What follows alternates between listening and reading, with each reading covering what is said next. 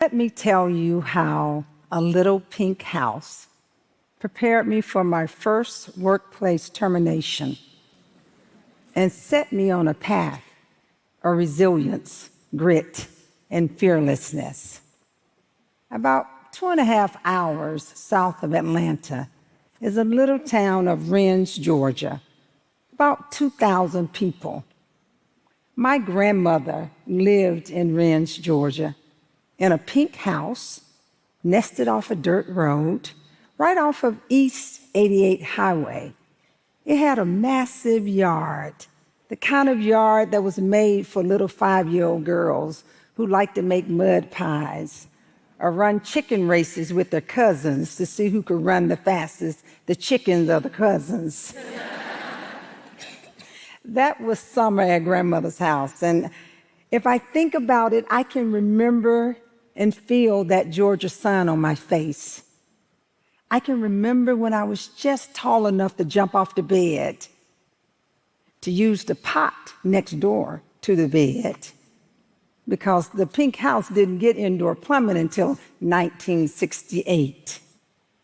Those are the memories that serve as my foundation.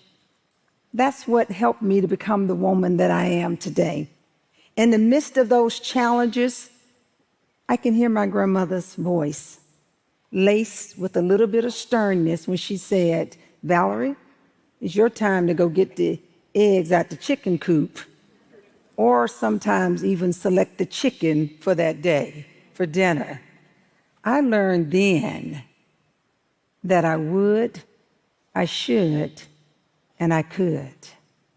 Now, all of our memories are clearly not laced with warmth, because I can also remember when my family struggled, when my mother struggled. And I think about that pink house. That pink house was not only my classroom, but it was my mother's refuge. My mother was my sort of first view into leadership. And when I think about her and all the other women who went through challenges and how they used those challenges sort of to catapult them into becoming the women that they were to be. Lesson number 1. Several years ago, I had to learn what it meant to accept loss, but not defeat. I was riding high on my career.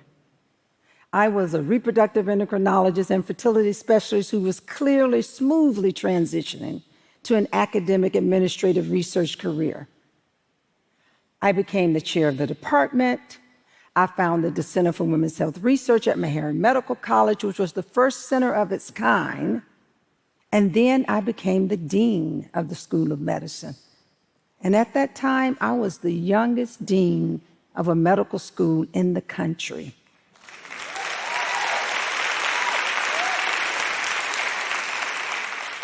Then it all came tumbling down when the new president of the school asked me to step down. He asked me to step down. I was devastated. I was embarrassed. I was ashamed. I was fearful. Fear was what I felt most of all. Would I ever be able to get another job like this? What about this sense of loss, humiliation? What would my family and my friends think about me? Would they have a negative view of me as I went through? I had to reach back to that pink house, and I had to recall how my mother had gone through a similar crossroads in her life when she had to gather her 4 little daughters in the middle of the night to leave an abusive husband. Lost, but not defeated. What did she do? First of all, she was accountable. She actually said, what of my actions potentially could have contributed to the situation that I find myself in? Then She took action because she was responsible. And she knew that she had to leave in order to protect her girls. I had to do the same thing. To paraphrase one of my favorite authors, Paulo Coelho, he says that before a dream is realized, the soul of the world tests everything that you have learned. And it does this such that when you are in pursuit of your dreams, you are also mastering the lessons learned in pursuit of that dream. I was being tested in the pursuit of my dreams. And the lessons that I had learned from my mother had prepared me for my circumstances. And I could move on and move forward in my career, lost but not defeated. Now, this leads me to leadership lesson number 2. Never fear, be fearless.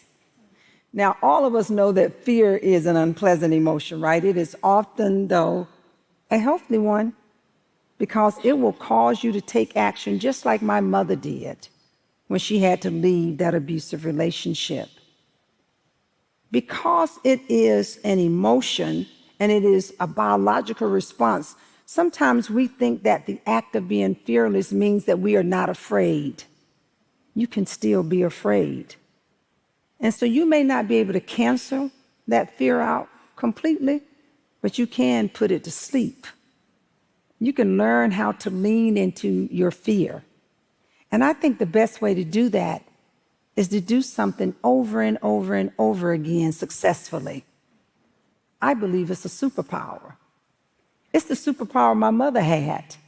She could multitask. She could go to work. She could cook and clean. She could go to work. She could run errands. She could come back to work. And then she still had empathy. She failed. She succeeded.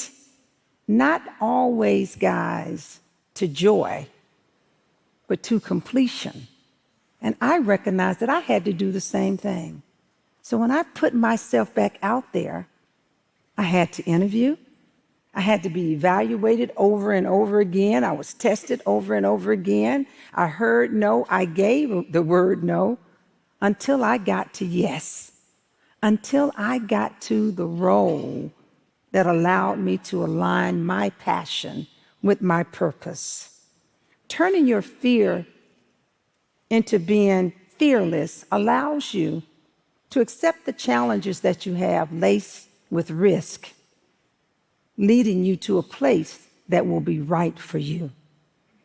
Now, this brings me to my 3rd lesson, giving back and paying it forward. As the president and CEO of Morehouse School of Medicine, I get to sit at so many different tables where I'm actually able to use my voice and talk about the things that are near and dear to me, like diversifying the healthcare workforce, or working toward the elimination of health disparities, or ensuring that we have culturally competent providers that are going to provide that highest quality of care. And yes, I learned from my mother how to give back in the traditional ways, community service, charity.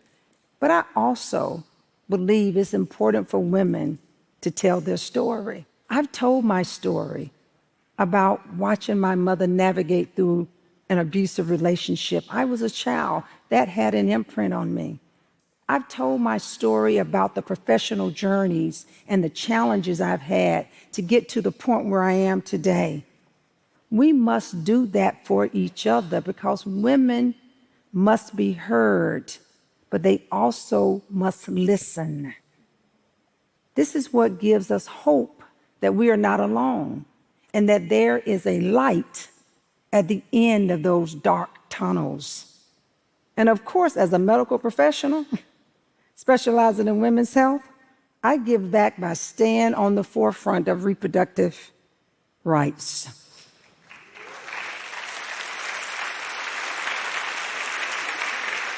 Who has the right to tell me what's right for my body? For my body, for myself, for my mental well-being, for my family. Women's reproductive rights and women's health rights should have equal parity to any other choice I make about my health.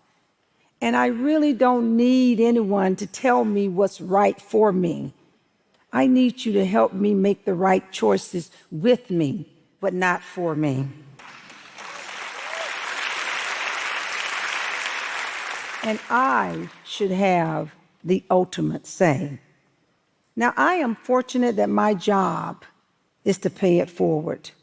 This means that I also must stand and raise my voice when decisions like the recent Supreme Court decision on affirmative action came out. It will impact the ability of people to have choice and to further their education. Many of the women in this room, we know that we have benefited from affirmative action. I clearly did, whether it was in college or the workplace.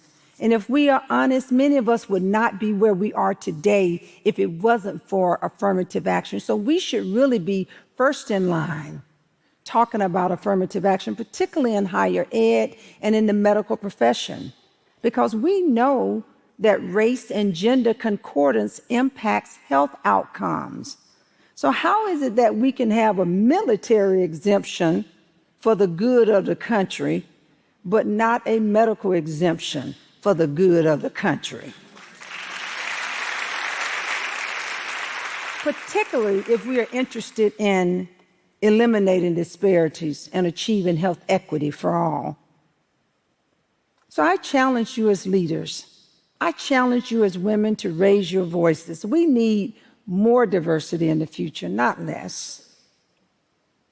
I go back to that pink house because that pink house is where I learned to be vigilant. It's where I learned and understood that I had choice. It's where I learned and understood that I could be committed to my dreams, my aspirations. It's where I learned how to be fearless. It's where I learned to take that fear and turn it into a weapon of success that has allowed me to lead. That little pink house is where I gained courage. And I was surrounded by my sisters, my mother, my grandmother, my great-grandmother, all pushing me forward.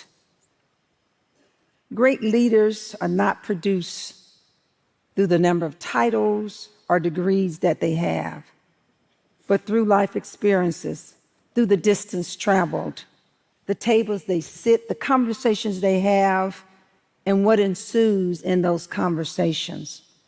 I learned from my time in that pink house that for some of us it starts early on. For others, though, the title may just be woman. Remember, fearlessness, grit, and resilience, and that you are enough. Thank you very much.